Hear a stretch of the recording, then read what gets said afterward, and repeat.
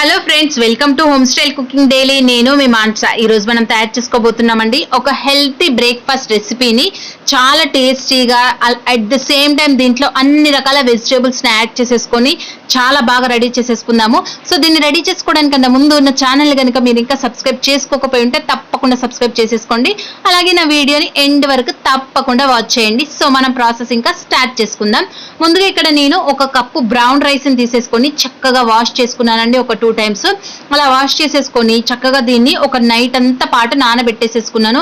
So మీ దగ్గర time లేదు అని అనుకుంటే ఒక 4 గంటల పాటు నానబెట్టేసేసుకుంటే సరిపోతుంది. సో 4 గంటలు ఎనఫ్, లేదు అని అనుకుంటే ఓవర్ నైట్ అంతా పెట్టుకోండి. సో ఇలా నానిన దాంట్లో మనము ఒక మిక్సీ జార్ తీసేసుకొని చక్కగా ఆ వాటర్ అంతా తీసేసి ఈ మిక్సీ జార్లో మనము ఈ రైస్ని యాడ్ చేసేసుకోవాలండి. సో ఇవి చక్కగా మనకు పేస్ట్ అవ్వడం కోసం ఒక 1/2 కప్పు వాటర్ని ముందుగా యాడ్ చేసేసుకోండి. తర్వాత దీంట్లో నేను ఒక 2 మీడియం సైజు బంగాళదుంపలను చక్కగా ఉడికించుకొని యాడ్ చేసేసుకుంటున్నానండి. సో ఇలా యాడ్ చేసుకున్న తర్వాత సో దీన్ని మనము చూడండి ఒక్కసారి ఇలా మిక్సీ పట్టేసేసుకొని తర్వాత దీంట్లో ఒక 1/2 కప్పు వాటర్ని యాడ్ చేసేసుకోండి. సో ఇలా యాడ్ చేసేసుకొని ఫైన్గా పేస్ట్ లాగా పట్టేసేసుకోవాలండి. సో నాకు ఆ బిట్ కట్ అయిపోయింది. సో అందుకోసము ఇది పక్కన పెట్టుకుందాము. ఇప్పుడు ఒక మిక్సీ జార్ తీసేసుకొని దాంట్లో మనము ఒక 4 పచ్చిమిర్చీలను అలాగే 1 ఇంచ్ అల్లాన్ని ముక్కలుగా కట్ చేసుకొని కచ్చా పచ్చగా పేస్ట్ పట్టేసేసుకోవాలి. చూడండి ఇలా పట్టేసేసుకోవాలి. సో ఇలా పట్టుకున్న దాన్ని మనము ముందుగా రుబ్బుకొని ఉంచుకున్నాం కదండి పిండి, దాంట్లో యాడ్ చేసేసుకోండి ఈ పచ్చిమిర్చి ఉన్న అల్లం పేస్ట్ ని. సో ఇలా యాడ్ చేసుకున్న తర్వాత ఒక మీడియం సైజు ఆనియన్ని సన్నగా కట్ చేసి యాడ్ చేసుకోండి. అలాగే ఒక క్యారెట్ ని కూడా చక్కగా తురుముకొని వేసుకోండి. అలాగే కొంచెము క్యాప్సికాన్ని కూడా సన్నగా కట్ చేసి యాడ్ చేసుకోండి. అలాగే ఒక టమోటాను కూడా కట్ చేసి యాడ్ చేసుకోండి. అలాగే కొద్దిగా నేను ఇక్కడ స్ప్రింగ్ ఆనియన్స్ ని కూడా యాడ్ చేసేసుకుంటున్నాను. ఒకవేళ మీకు దొరకకపోతే స్కిప్ చేసేసుకోవచ్చు. సో ఇవన్నీ వేసుకొని ఒక్కసారి చక్కగా కలిపేసేసుకోండి. ఎందుకంటే మనము పిండి కన్సిస్టెన్సీ కూడా చూసుకోవాలి కదండి. లేదు మనకు వెజిటేబుల్స్ ఎక్కువ అయ్యాయంటే పిండి తగ్గిపోతుంది. సో సరిగ్గా అట్టు రాదు. అలాగే దీంట్లో కొద్దిగా కట్ చేసిన కరివేపాకును అలాగే కొద్దిగా కట్ చేసిన కొత్తిమీరను కూడా వేసుకోండి.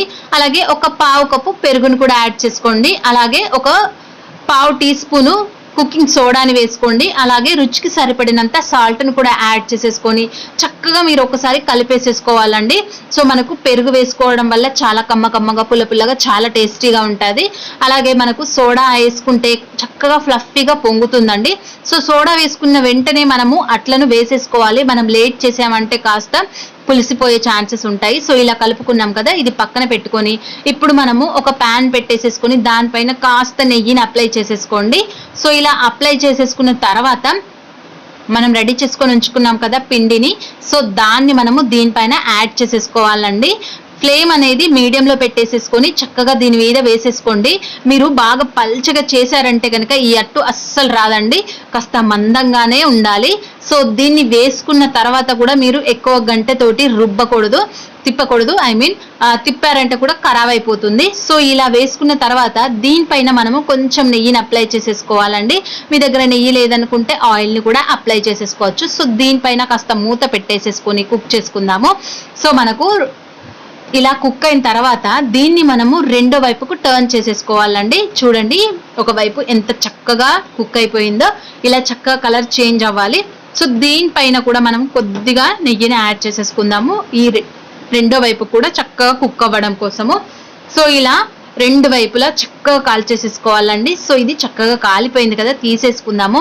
సో మీకు నచ్చిన చట్నీతోటి తిన్నారంటే మాత్రం సూపర్గా ఉంటుందండి. పిల్లలు మాత్రం అస్సలు వదలకుండా తింటారు. చాలా టేస్టీగా ఉంటుంది.